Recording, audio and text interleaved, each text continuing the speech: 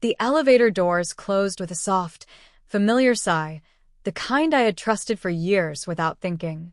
I pressed the button for my floor and leaned back against the cool metal wall, my mind already drifting to unanswered emails and half-finished arguments I hadn't had the energy to finish. Control had always been my comfort. Schedules. Logic. Predictability. I didn't know yet how fragile that illusion was. The drop came without warning. 1 second, the elevator hummed upward. The next, the floor vanished beneath my feet.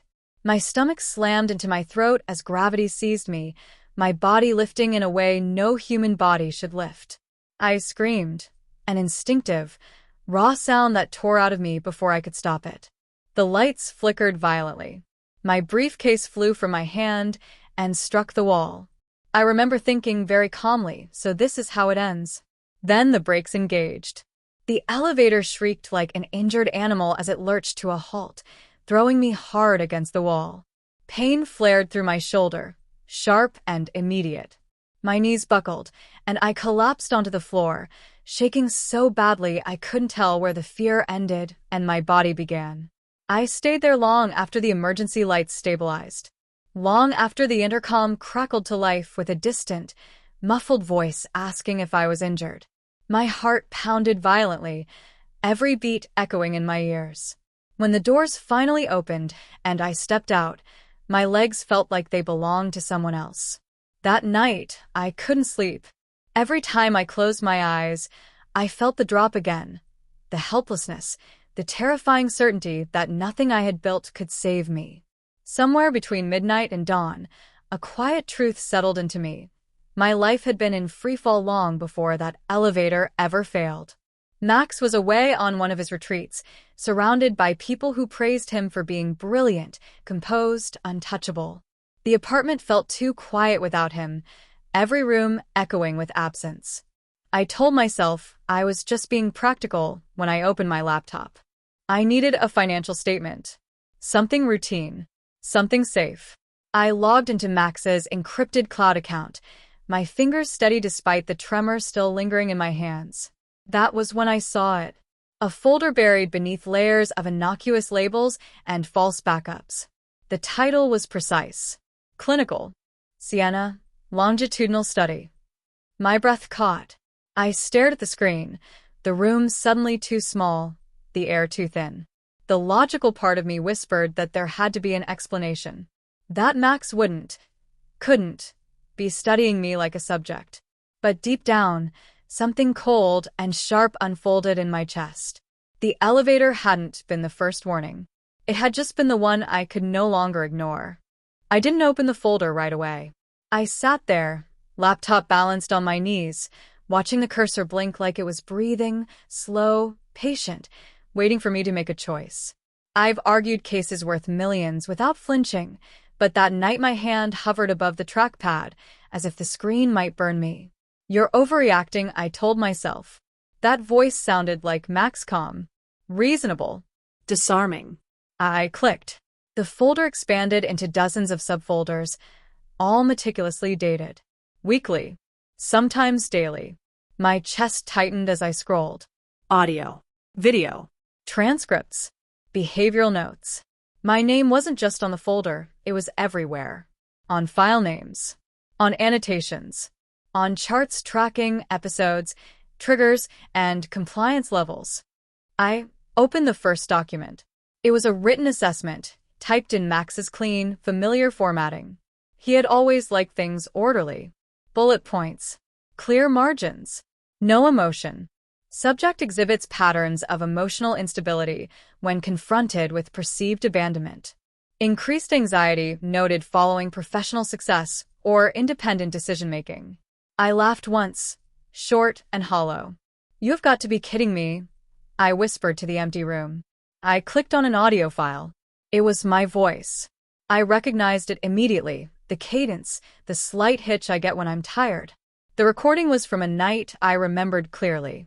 We'd argued about a dinner I'd missed because of work. In my memory, I'd been frustrated but controlled. In the file, my voice sounded shrill, disjointed. There were pauses, unnatural ones. Words spliced together. I can't. Cut. Trust anyone. Cut. You're all against me. My stomach dropped. I hadn't said that. Not like that. Not in that order. My hands began to shake as I opened the next file. A video clip. Me, pacing the living room. The angle was strange, cropped, zoomed too close. My eyes looked wild. My movements exaggerated. The timestamp told me it was taken after a 14-hour workday. I remembered being exhausted, venting, barefoot on the rug. The caption beneath the video read, "Dissociative agitation. Escalation phase." No, I breathed. No, no, no. There was more. A subfolder labeled Legal Pathway. Inside it, a draft petition to the court. Motion for mental incompetency determination. I felt physically ill as I scrolled through it. The language was cold, methodical. It cited the files as evidence. It outlined asset control, medical authority, power of attorney. At the bottom of the page were two names: Max Miller, Willow Miller, his stepsister. I slammed the laptop shut and pressed my palms to my eyes, trying to ground myself. The room felt tilted, like the elevator again, like the floor might disappear if I moved wrong. All those times I doubted myself, apologized when I wasn't sure why, let him reassure me that I was just overwhelmed. This wasn't love. It was a case file. And I was the defendant. I didn't sleep. I lay on my side staring at the wall, replaying moments I'd once dismissed as insignificant.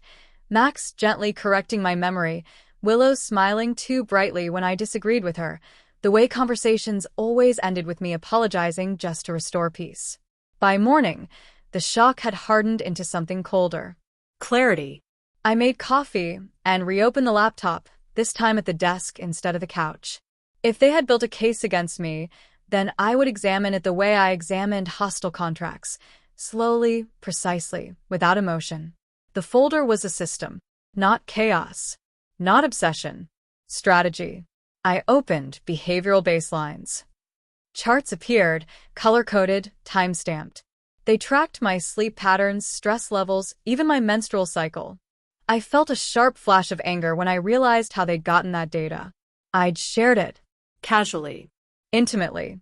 Trustingly. Willow's notes were different from Max's. Where his were clinical, hers were insidious. Encouraged discussion of work pressure, subject exhibited self-doubt within 24 hours. Isolation from peers increases, dependency on Max. I whispered, "You coached this." Every argument had been engineered. Every reassurance delivered after damage had been done. They hadn't just recorded my reactions, they had provoked them. I opened a video labeled Incident 14. It showed me crying. I remembered that night. I'd lost a case I cared deeply about. I'd asked Max to sit with me. He had. Quiet. Supportive. The recording cut off just before he wrapped his arms around me. The transcript beneath read, "Emotional collapse without external trigger." My jaw tightened. I scrolled to the metadata. Creation date. Editing log. 3 separate audio layers. 2 visual cuts. "You curated my pain," I said aloud. The worst file came last. Willow, strategic summary. Her voice memo played automatically. "She's brilliant," Willow said softly, almost admiring. "That's what makes this work. When someone like her doubts herself, no one questions it. We just need consistency. By the time we file, she'll believe it too." My hands went cold. I closed my eyes, breathing in through my nose, grounding myself the way Victor had once taught me after a brutal trial. I hadn't spoken to him in weeks, not since Max had suggested, casually, that I was over-relying on my friends. I smiled, sharp and humorless. Of course he had. I minimized the folder and created a new one on my desktop. Evidence.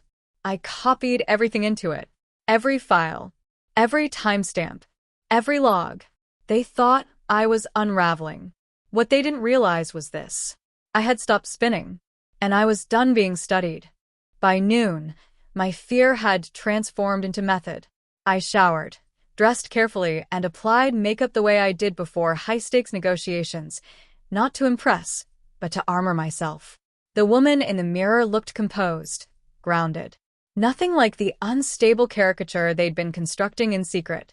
That alone gave me strength. I spent the afternoon doing something deceptively simple. I documented myself. Not for them. For me. I recorded timestamps of my actions. I wrote down what I felt and why I felt it. I noted hunger, fatigue, irritation, normal human responses stripped of pathology. It felt almost absurd at first, like I was overcorrecting. But then something shifted. I wasn't defending myself anymore. I was reclaiming the narrative. When my phone buzzed, I didn't jump. I glanced at the screen. Max. Did you find the statement you were looking for? The wording was careful, neutral, concerned. I waited 3 full minutes before replying. Not yet, I typed. The clouds acting strange. A lie, clean and deliberate. His response came quickly. That happens when you're stressed, he wrote. Try not to spiral. I stared at the message. Pull steady. There it was. The seed. I screenshot the exchange and added it to my folder.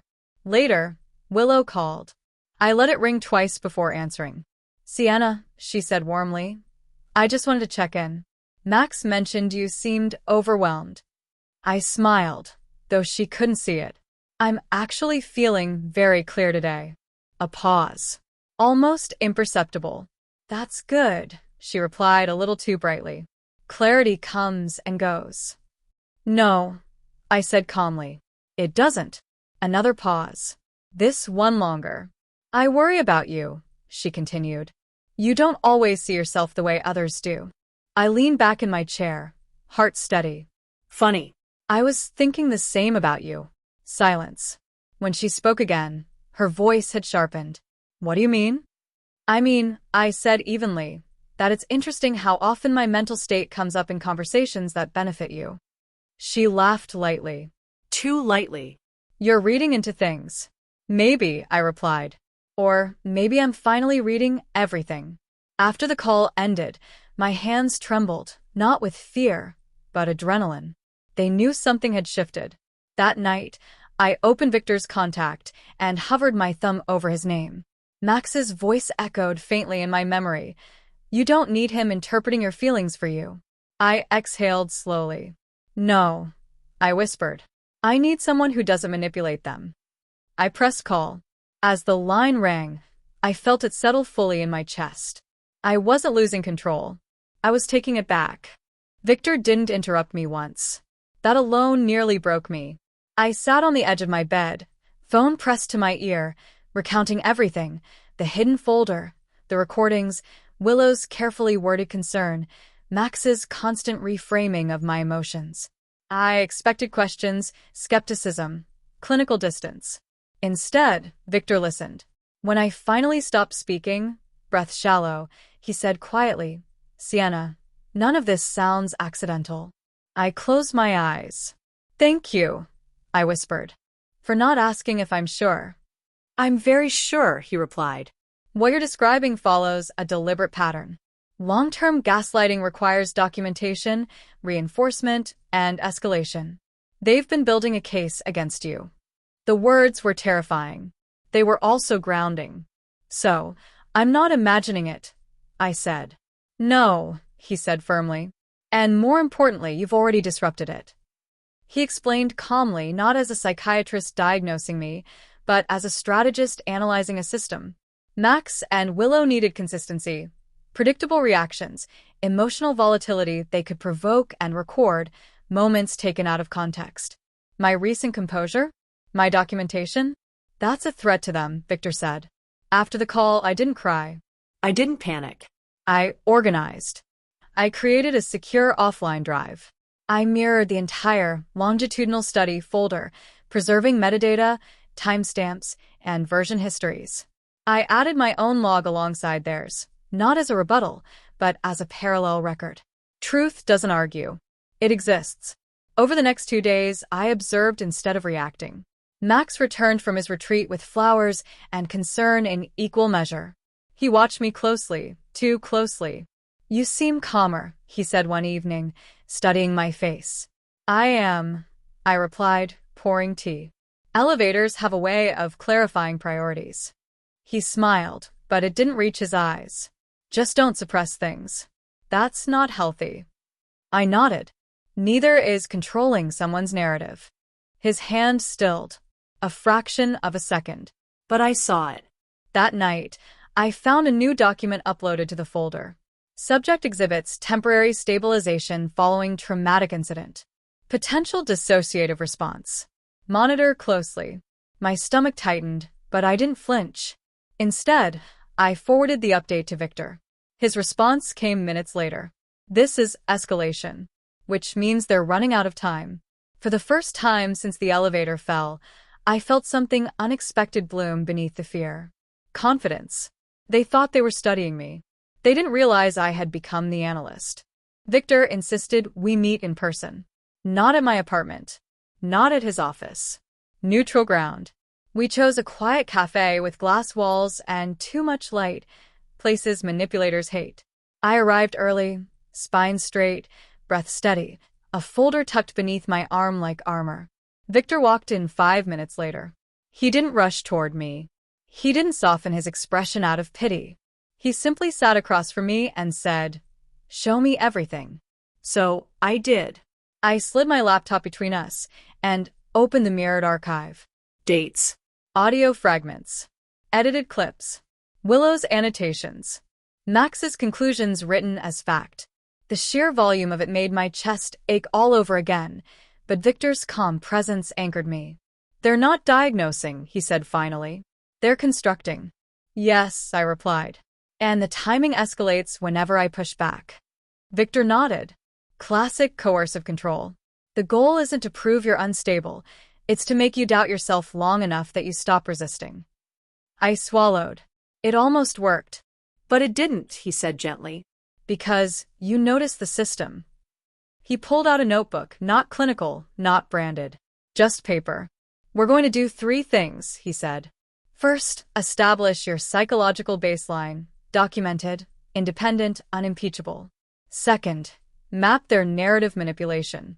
Third," he met my eyes, "remove their credibility." I exhaled slowly. "I don't want revenge." "I know," he said. "This isn't revenge. It's containment." The words settled into me like truth. Over the next week, Victor became my counterweight. He didn't tell me what to feel. He asked what I noticed. He didn't reinterpret my memories. He helped me reclaim their original shape. Every session ended the same way. "What do you know for certain, Sienna?" And each time, the answer came faster. "I know I am rational. I know I document reality for a living. I know confusion was introduced, not inherent." Meanwhile, Max grew impatient. "You've been distant," he said one evening. "Have you stopped therapy?" "I've changed strategies," I replied evenly. His jaw tightened. "Without consulting me? I don't require permission to understand myself." That night, another file appeared in the folder. Subject exhibiting oppositional defiance.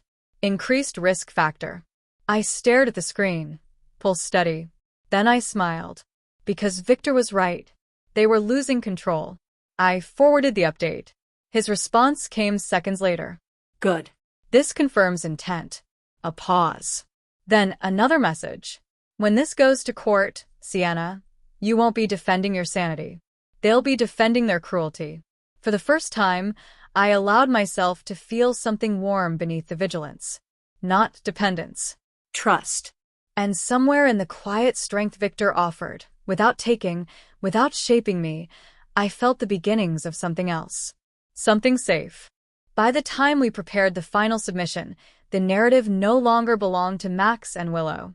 It belonged to me. Victor and I sat side by side in his study, papers spread across the table like a map of reclaimed territory. There was no urgency in the room anymore. No scrambling. Just precision. Calm. Control. "You're steady," Victor observed, not looking up. "More than you were a week ago." I stopped bracing for impact, I said. Once I understood the pattern, the fear lost its teeth. He finally looked at me then, something unreadable in his eyes. Respect, maybe. Or relief. "That's the moment people usually change," he said. "Not when they're rescued. When they realize they don't need rescuing." The words stayed with me.